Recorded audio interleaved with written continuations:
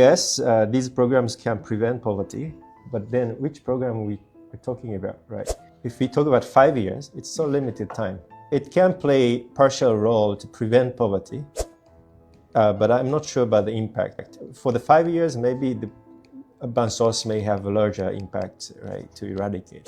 To prevent from people coming back to poverty, I mean, that's the role of Jamsos. Good morning, Mr. Ippei. I'm sorry if my visit inconvenience for you. My name is Priska from Antara.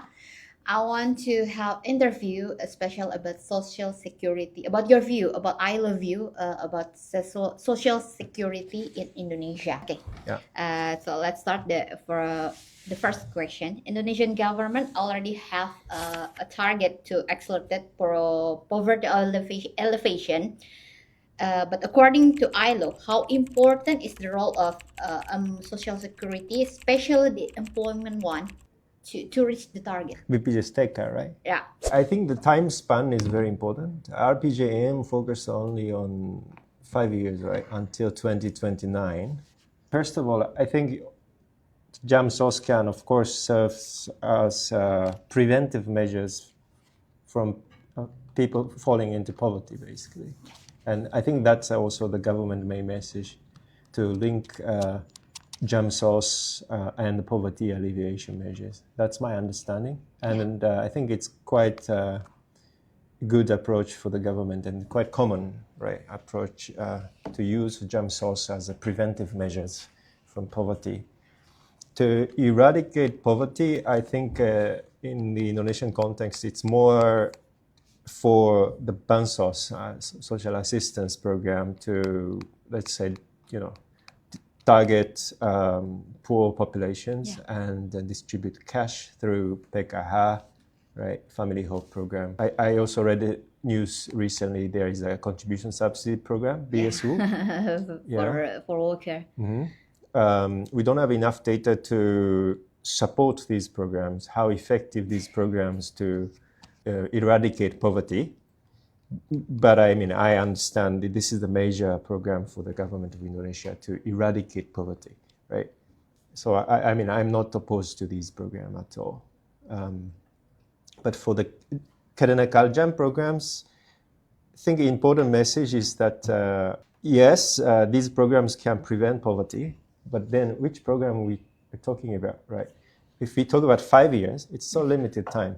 Yeah. So it can play partial role to prevent poverty, but I'm not sure about the impact. For the 5 years, maybe the Bansos may have a larger impact, right, to eradicate.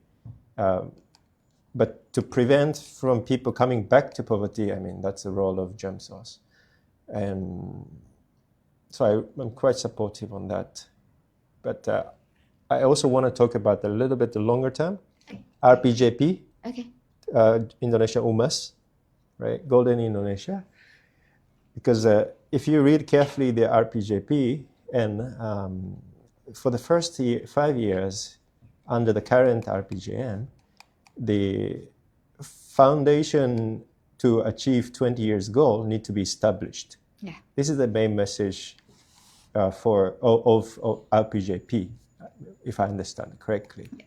So what does it mean by creating foundation to achieve the long-term goal? For me, for example, we're invited to the DPD Committee 3 meeting. I was invited last week to share our views to SJSN revision. They are drafting SJSN revision. This kind of initiative is really important because we need to think about what schemes we are trying to reform. Most people have only JKK under BPJS-TK now, right? Or JHT. JHT, yes, but JHT doesn't cover BPU, non-wage. Yeah. Only 600,000 people voluntarily enrolled in the program. JHT. Out of 70 million BPU between age 20 and 59.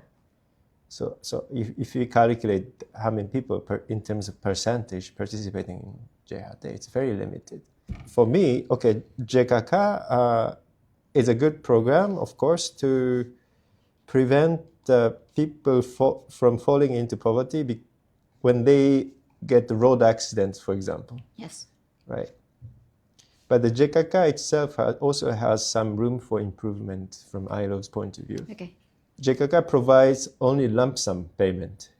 If you look at the formula, it pays 60 to 70% of your previous wage multiplied by 80 months. So you will get something like part of your salary up to 80 months in one time if you get permanent disabilities.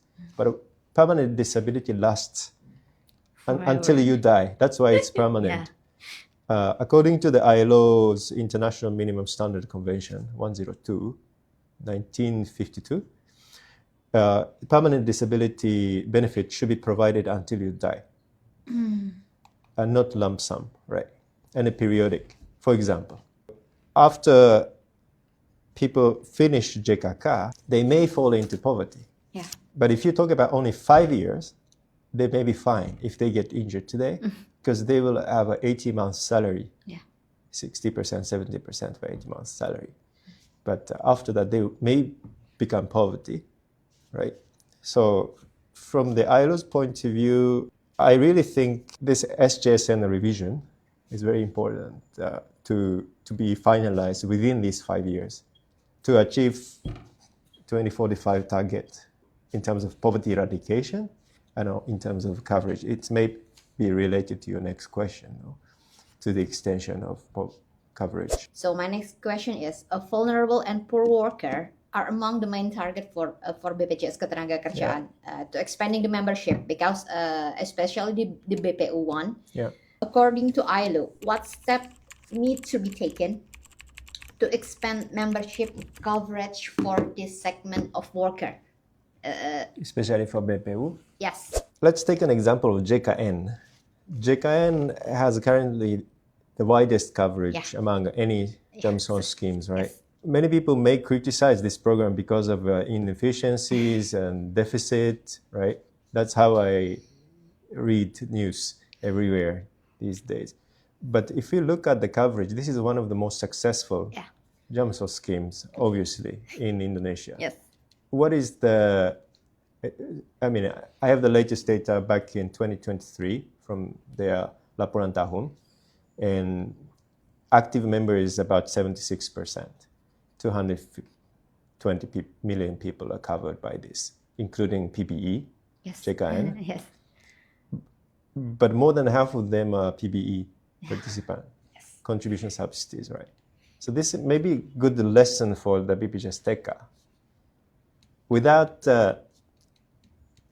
APBN or regional government budgets, JKN wouldn't have that large coverage. Okay. And this is not unique things only in Indonesia. Any other countries usually mix APBN and ULAN. Yeah. So to extend the coverage to especially non-wage workers and also housewives, house husbands, they are not working, right? Yeah. Tax fund is also needed. Mix or create a separate schemes. Asking them to pay ULAN to cover is not always successful because they cannot pay. They may not want to be included, right? Because they need to pay if they want to be the member. Yeah, it's money they have to pay. Exactly. And JHT, of course, JHT has only 600,000 rupiah if it's voluntary. So the first step is to think about how to mix the tax fund, APBN, and ULAN to provide the benefits in our view. And that involves SJSN reforms, certainly, especially for pension. Any countries in the world have two big schemes, health insurance and pension. Can you give me an example which country that already have mixed tax funding and from the worker? In ASEAN, Brunei Darussalam and Timor, Timor-Leste? Timor-Leste Really? have full tax-funded pension scheme, full Wow. tax fund. So they didn't mix. They only pay from tax revenue for all citizens above 60 years old. All citizens. So when you get old, you will receive regular income every month from the government. Oh, wow, that. No contribution required. But some people argue because they have such a small countries in terms of population Yeah, that's true. with the mineral, Yeah. oil revenues, Yeah. so they may be different. Thailand has a similar schemes, fully tax-funded one. For Thailand, pension or? pension, Oh, okay. yeah, but the amount is very small.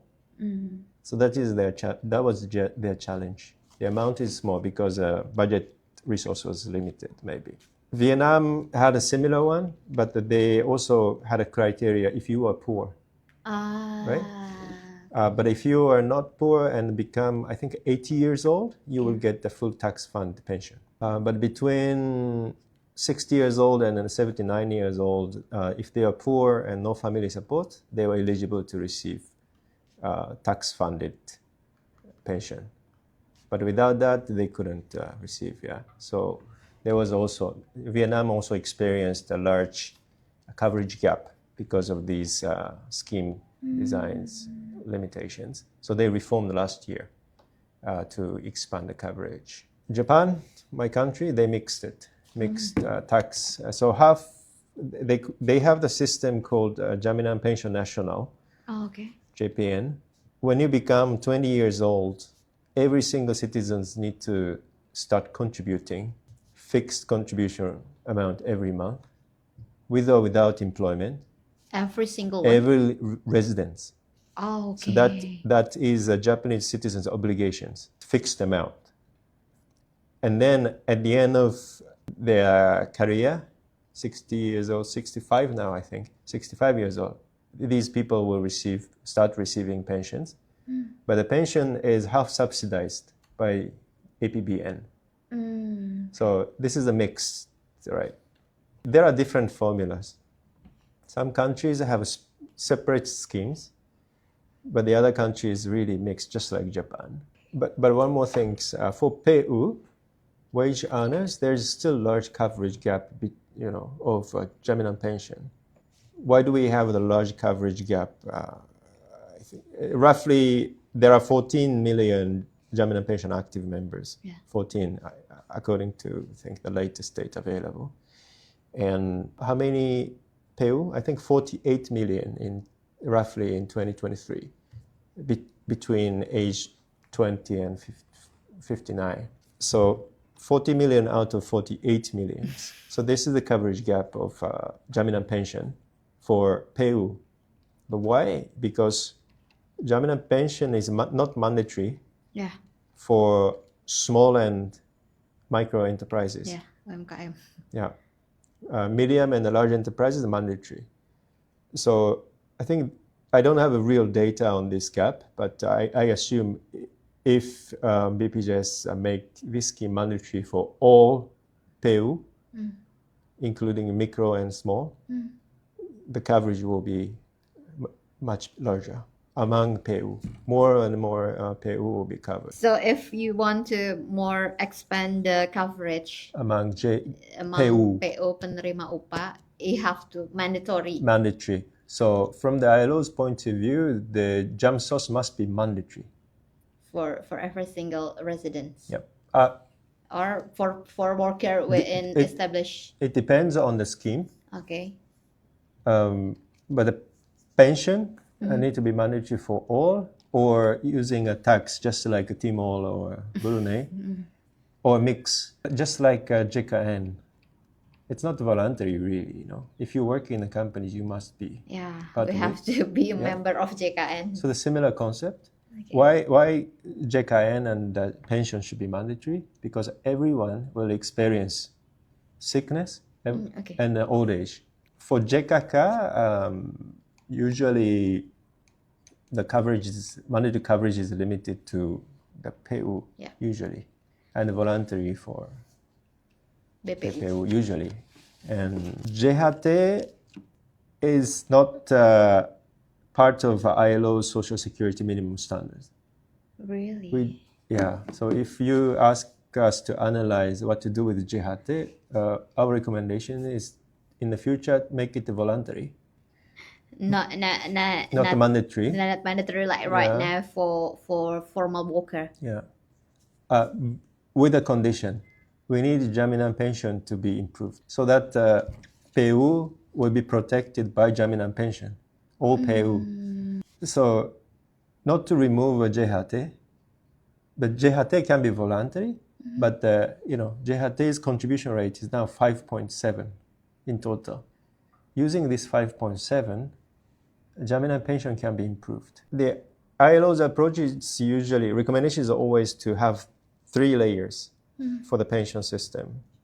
The first layers, you can call it Pensiun Sosial, social pension, or Jaminan Pension Nasional, just like Japan, different names. These schemes is responsible for paying pensions for all citizens. The mandatory one. Yeah, mandatory one or full tax funded one. You can call it 0 or first layer. And the layer 2 is a Jaminan pension based on the contribution you earn, and this will provide a better pensions in addition to this first layer. So they have two layers. 2 layers. So let's say if you work in the companies for your entire career, you would receive 2 pensions. From the first one and then JP. But the problem with Indonesia is that there is no first layer. No. There is actually a very small one under PKH, Kemensos. There is a component for elderly allowance. So if you have elderly people in your poor households, you will have a top up. That's a small tax-funded one. We consider it small tax-funded pension, right? So there is such a concept, but APBN spending on old age is limited only to the poor people now. But the key to expand the coverage is to extend this first layer to everyone, just like JKN. But there are a lot of different formulas and a way to fulfill, like Brunei, Indonesia, whether Indonesia will go for Brunei, Thailand, or Timor model to use 100% APBN to pay 40% of minimum wage until you die, or Japan model, Jaminan Pension National. You must pay. Every single resident have to willingly contribute. Exactly. And we calculate the cost using, together with BPJS, how much it costs. And to create this first layer, you need 120 trillion APBN, which can cover all citizens above 65 years old and provide 500,000 rupiah for everyone. Every month. Every month. Poverty line is around there, no? 500,000 is similar to poverty line. That's why we set this target, 500. And then everyone above 65. If Indonesian government says, okay, we don't have enough APBN, we also propose to start from 75 years old instead of 65. And then gradually reduce the eligible age down to 65 in the future. You can calculate, right? If the government says we will reduce the age every 2 years, one by one, or every year, 1 year by 1 year, I can calculate, okay, when I retire at this age 65, I'm going to be eligible for this, right? So you can plan your future savings or future retirement plan. If we start from 75, we calculated the cost 36 trillion rupiah. 500,000 rupiah for every month for all citizens above 75 years old. If it's the eligible age is 70, yes. 75. Yes, which is 10% of APBN budget, if I remember. No, less than 10%, because before efficiency, APBN budget was for Bansos was 500 trillion rupiah. So it's much lower. and that is much lower than PKH, PPE, JKN. But for us, I think it is really important for Indonesia to start something, even it's small, so that the people can understand what is the meaning of pension. Okay.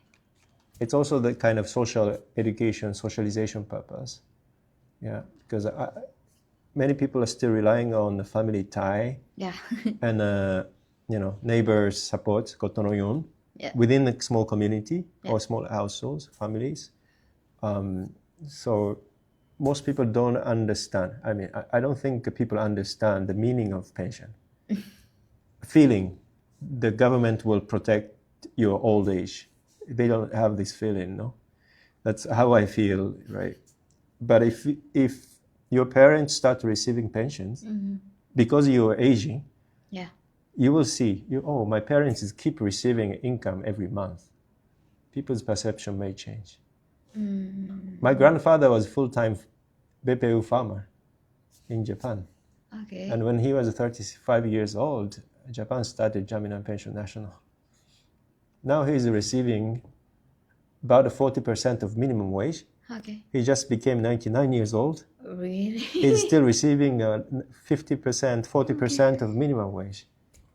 And it really helped your grandfather in his old age. Yeah, not only him, but also me, as a grandson, and my parents. They are not paying anything to my grandfather, because he's paying for food. He's paying for care services related to care economy. Okay. So he's paying it. So I don't have to pay him. Okay. All my parents also retire, 75 years old. Okay. They don't have to pay. Okay. So it's because the Japan started the program when he was still young, 35 years old, even though he was a BPU farmer full-time. Okay, it really helped. Example, your grandfather. It really helped independent in his elderly age. Yeah. So he will not make you as a grandson have to pay for everything. Sandwich generation. Yeah, that's a trend right now in Indonesia. Sandwich generation.